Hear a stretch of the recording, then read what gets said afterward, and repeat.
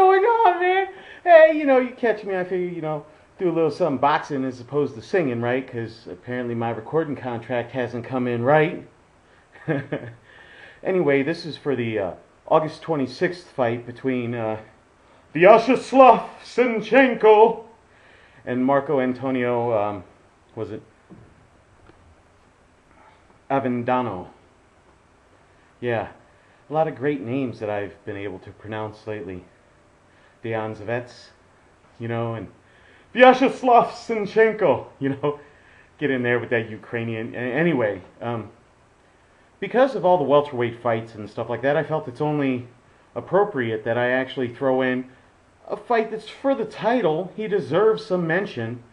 And, we did the Andre Berto,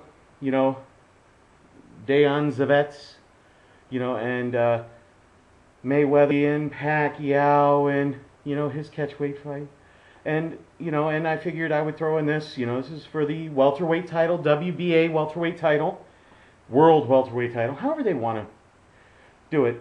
But anyway, it's Vyacheslav Senchenko against Marco Antonio Avendano.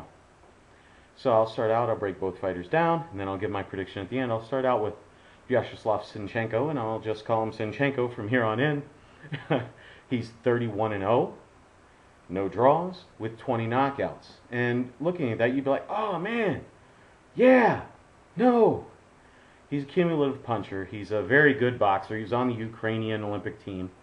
And when you look at him, he's a very, very solid fighter, but a very good boxer, but nothing jumps out at you when you watch him.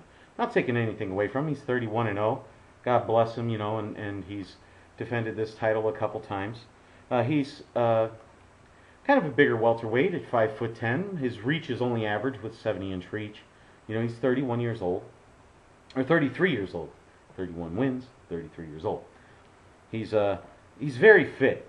Those Ukrainian dudes are very fit. And I don't mean like he's a good-looking dude. You Europeans don't be taking my words out of context.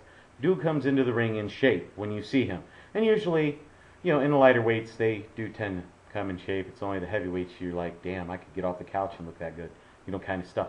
So, he's got good wins over Yuri Nuzenchenko. I think that's his name. Nuzenchenko, or who just lost recently to Matthew Hatton, and Motoki Sasaki.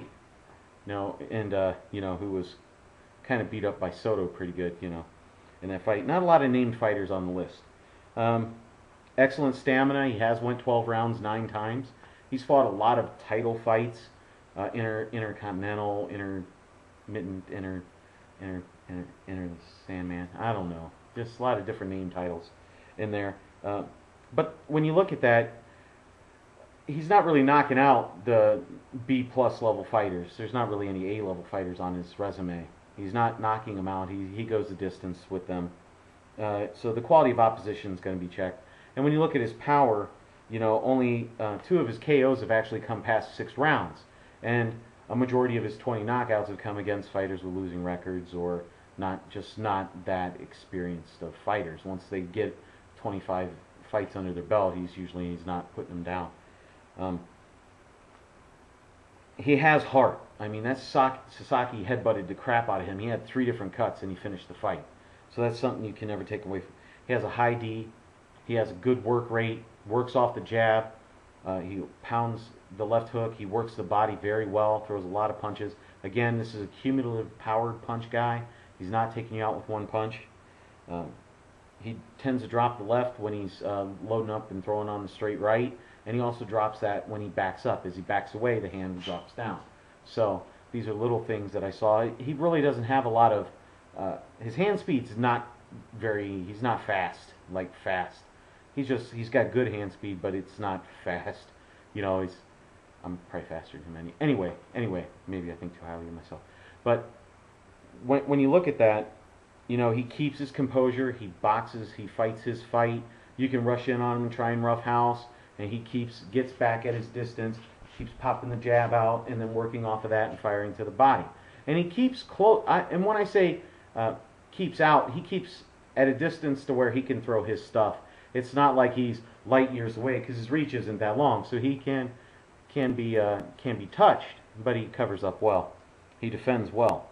So, and as I said, he is a busy fighter, smart fighter, solid fighter, but nothing jumps out at you and makes you go, oh man, I can't wait to see another one of his fights. I would gladly pay $45.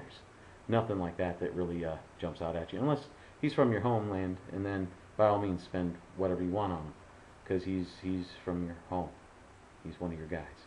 Over there on Marco Antonio Avendano, who's 38 years old, he's 37-1 with 22 knockouts, and he's been fighting a long time. I mean, he's been knocked out way in the past by like Ricardo Mayorga, when Mayorga was only 13-3. So I mean, he's been knocked out. Alcine knocked him out. You know, he's been knocked out by some good fighters. He really hasn't beaten any good fighters in his last 11 fights. And there's not a lot of film footage on this man, so go ahead and find it if you can. But in his last 11 fights, 6 of the fighters he fought had losing records. In fact, 3 of them had never even won a fight before. One of them was his debut, so technically I guess that's 4 fighters who'd never won a fight before. One of the fighters that he beat had 20 losses already. The other win was a guy that was 9-6, and then the 2 other guys that had decent boxing records beat him, while he was beaten by the same guy twice. So, and that was Ishida. And if you don't know who Ishida is, he's the one that knocked out Kirkland in like the first round under the undercard of the Maidana Morales fight. That guy. Yeah. Just saying. Kirkland might have got caught off guard or something. But he is a bigger fighter. He has fought at the light middleweight for a majority of his fights. So that he does bring that when it's coming in. When you look at his knockouts, again, a majority of his knockouts come against inferior opposition. You know, it's, yeah, okay, you got a knockout over a dude that has never won a fight before. He's fought 5 times. That doesn't mean anything. It's like saying you showed up at the gym, some dude walked in and said, hey, I would like to learn. You say, I'm going to teach you, but you're really lying because you're just going to use him as a punching bag, and then you get him out of the gym, and then he never comes back again. That kind of thing, and that's kind of dirty, but it happens. So when you look at it in the big picture, I mean, obviously this is going to be a unanimous decision for Senchenko. Senchenko doesn't pressure hard enough, I believe, to knock him out, because he hasn't been knocked out in a while. It's been a while since he's been knocked out. But at the same time, there's Avendano just doesn't have the it factor. He's never beaten like a B fighter. So that's pretty much it. I wanted to make this short and sweet. Didn't turn out that way. But please comment, rate, subscribe, be my friend, be Eduardo's friend. It's all happy big family. Okay? Well, hey, this is Bigragu. I'm out.